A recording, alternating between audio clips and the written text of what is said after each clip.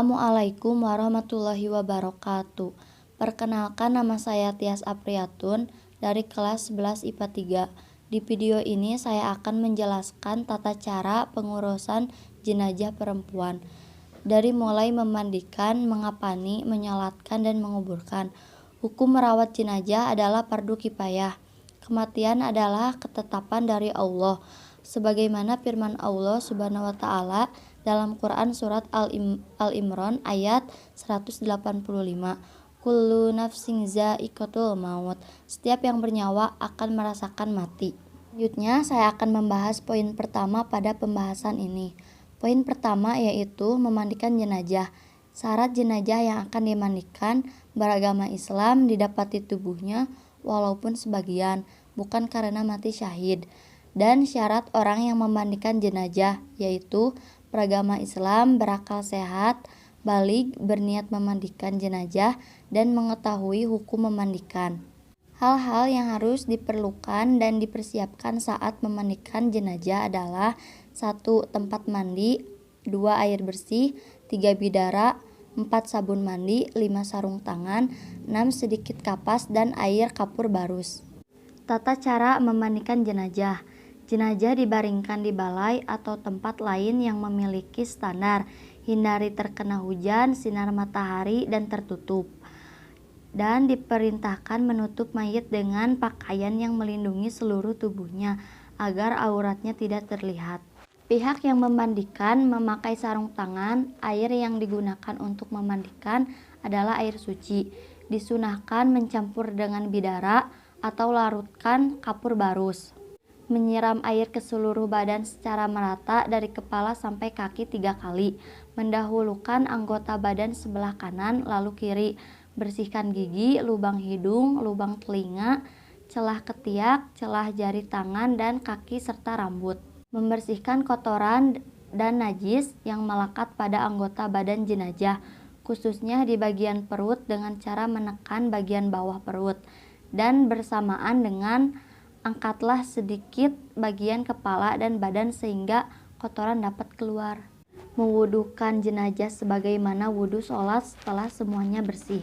Terakhir, disirami dengan larutan kapur dan harum-haruman. Yang kedua yaitu mengapani jenazah. Batas minimal mengapani jenazah: laki-laki 3 lapis kain kapan, perempuan 5 lapis kain kapan, 2 lapis kain kapan kerudung, baju kurung, dan kain. Hal-hal yang harus diperhatikan dalam mengapani jenazah. Kain kapan harus menutupi seluruh tubuh jenazah. Kain kapan diperoleh halal. Kain kapan bersih dan berwarna putih. Tata cara mengapani jenazah dibagi dua, yaitu jenazah laki-laki dan jenazah perempuan. Di sini saya akan menjelaskan tata cara mengapani jenazah perempuan saja. Jenazah perempuan terdiri dari 5 lembar kain kapan urutannya sebagai berikut. Lembar 1 untuk menutupi seluruh badan, lembar 2 sebagai kerudung kepala, lembar 3 sebagai baju kurung, lembar 4 menutup pinggang hingga kaki, lembar 5 menutup pinggul dan paha. Cara mengapani jenazah perempuan.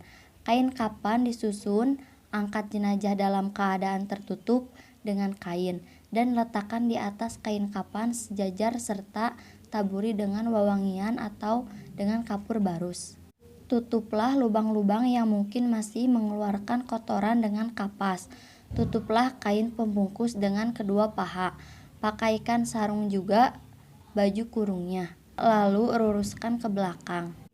Pakaikan kerudung. Lembar kain terakhir menemukan kedua ujung kain kiri dan kanan lalu digulung ke dalam dan ikat dengan tali pengikat. Poin ketiga yaitu menyolatkan.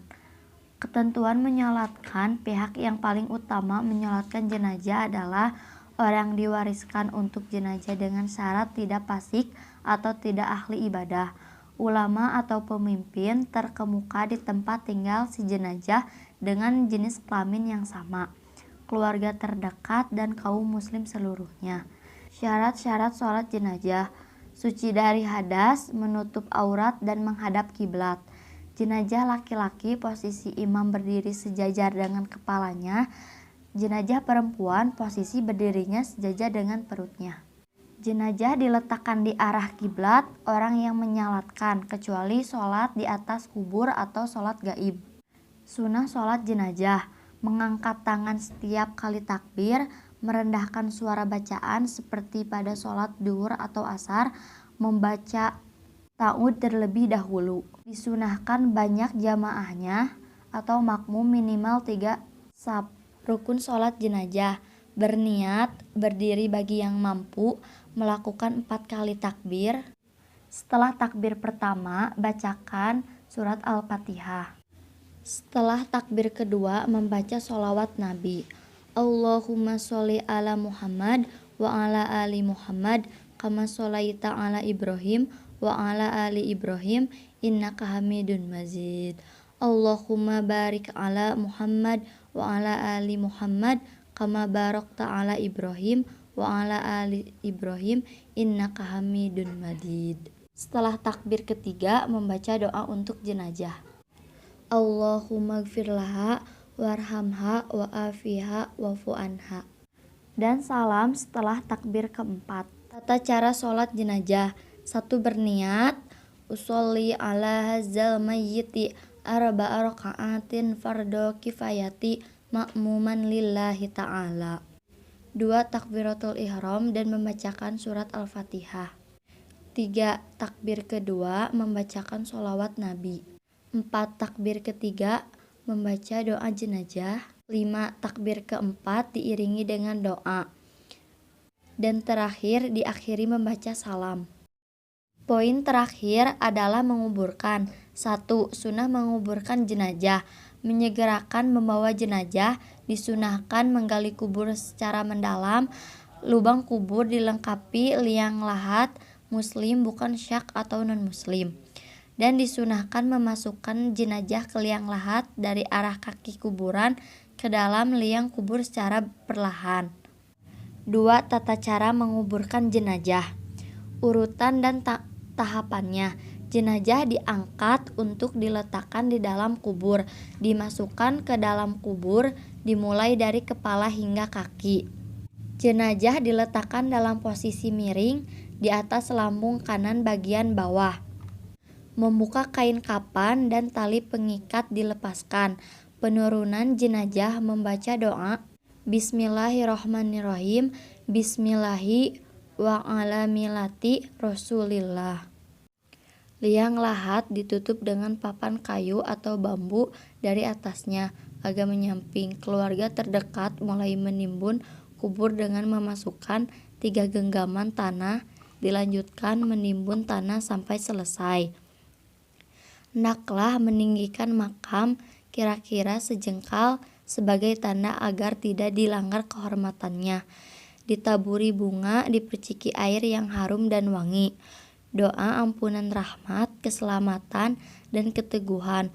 Rasulullah Shallallahu Alaihi Wasallam mengingatkan agar tidak membuat bangunan di atas kuburan. 3. Taziah. Taziah adalah menghibur dan mengunjungi keluarga yang ditinggalkan sebelum jenazah dikuburkan atau dalam waktu 3 hari sesudahnya. 4. Ziarah kubur. Kematian mengajarkan pelajaran seperti kelak kita akan dijemput. Kematian melembutkan hati agar tidak sombong. Hanya itu yang dapat saya sampaikan. Semoga di video ini dapat menjadi pembelajaran untuk kalian. Terima kasih yang sudah menonton video ini. Maaf apabila ada kekurangan atau kesalahan dalam penyebutan kata. Wassalamualaikum warahmatullahi wabarakatuh.